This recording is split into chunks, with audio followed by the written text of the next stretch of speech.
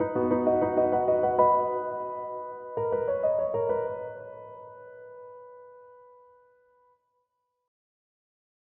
marche, cette expression est si consensuelle, elle permet même d'être élu comme président de la République, d'avoir avec soi la majorité de tout un peuple, semble-t-il.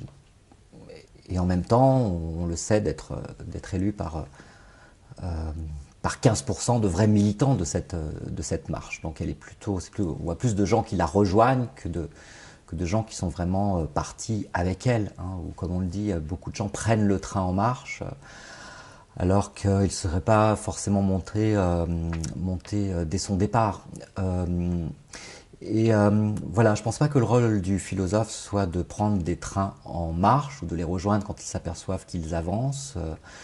Il est plutôt de rester sur le quai tant qu'il ne sait pas exactement vers où va ce train, de ne pas forcément obéir à l'injonction de marcher tant qu'il ne sait pas vers où il marche, sachant que marcher en français veut aussi dire se laisser embobiner, si vous voulez, hein, selon notre expression, se laisser séduire ou même tromper. Je crois qu'il faut résister. Quand je dis le philosophe doit résister, je ne veux pas dire le philosophe professionnel, je veux dire tout le monde. Parce que tout le monde est un petit peu philosophe de ce point de vue-là. Il doit pouvoir s'arrêter le temps d'une réflexion, et ce temps peut être long. Il est indéterminé, on ne sait pas combien de temps il va durer.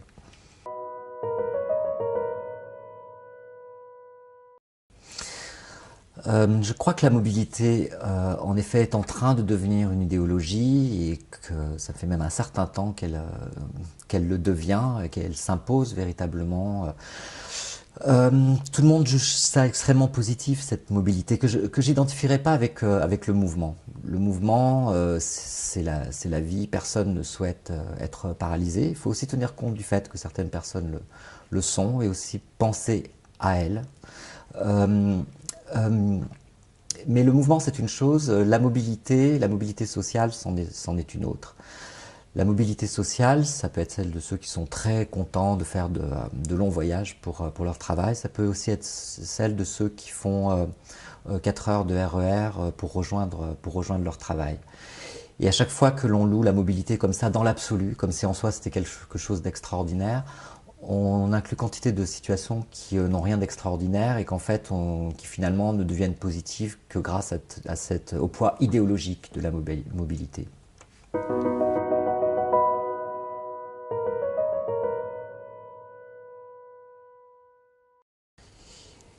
La vie, euh, la vie est mouvement et très souvent on considère qu'elle fait sens quand elle bouge. Euh, Alors qu'en fait, justement parce qu'elle est mouvement, elle fait véritablement sens quand elle ne bouge plus. C'est toujours par la différence et par l'exceptionnalité que le sens naît ou s'intensifie. Après tout, un animal qui marche, bon, on le voit marcher, mais si à un moment donné il s'arrête, c'est la raison pour laquelle il s'arrête et sa manière de s'arrêter ont plus de sens que sa marche. Et, euh, Et des vies immobiles, ben, il y en a plein. Je viens de parler de l'animal. Et c'est vrai que les animaux savent s'arrêter ou même choisissent de s'arrêter par stratégie, pour se dissimuler ou pour guetter, etc.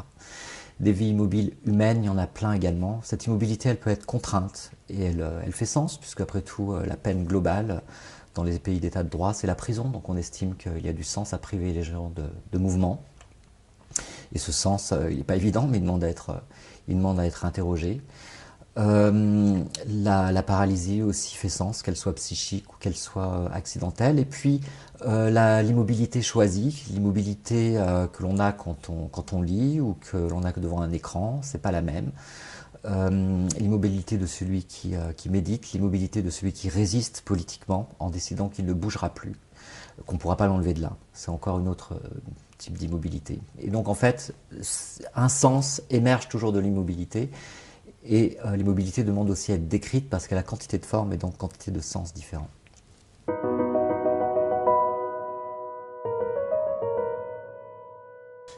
Alors l'art est très important dès qu'il est question d'immobilité. C'est une sorte de mouvement propre à l'art, hein, et le paradoxe est là, le mouvement propre à l'art est d'immobiliser. Qu'est-ce que c'est qu'une sculpture, sinon une attitude immobilisée? Qu'est-ce qu'une peinture, sinon une immobilisation? Qu'en est-il de la photographie? Alors, je dirais le projet de l'artiste est toujours de faire naître un sens en immobilisant une scène. Alors bien sûr, il y a le cinéma, il y a la danse, il y a le théâtre, etc. Mais et en étudiant cette question, je me suis demandé aussi, bon, finalement, il y a plein d'arts qui ne recherchent pas du tout l'immobilité, mais en y réfléchissant et en étudiant les choses, le rôle des arrêts sur image est tellement majeur dans le cinéma. Il permet les flashbacks, il permet la suspension, il permet des conclusions ouvertes, comme dans Les 400 coups de Truffaut. Il y a cette très célèbre image arrêtée finale. Quelquefois, des films entiers sont faits avec des tableaux vivants et des moments de fixation. Hein. L'année dernière à Marienbad, et il y en a bien d'autres. L'image arrêtée, et là, elle a un rôle central au cinéma, justement parce qu'elle contraste avec le mouvement et qu'elle laisse un temps de suspens où le sens vient sans qu'il soit entraîné. Et puis au théâtre aussi, le fait qu'un personnage s'immobilise ou que plusieurs personnages s'immobilisent a un rôle immense, et des performances entières, des vidéos entières peuvent être faites avec des personnages qui se tiennent immobiles, ce qui est aussi toujours une forme de résistance, de se tenir là et de ne pas être emporté, que ce soit par une histoire ou par un mécanisme, mais d'insister sur sa propre présence par une tenue immobile, que l'on soit debout, assis ou même couché.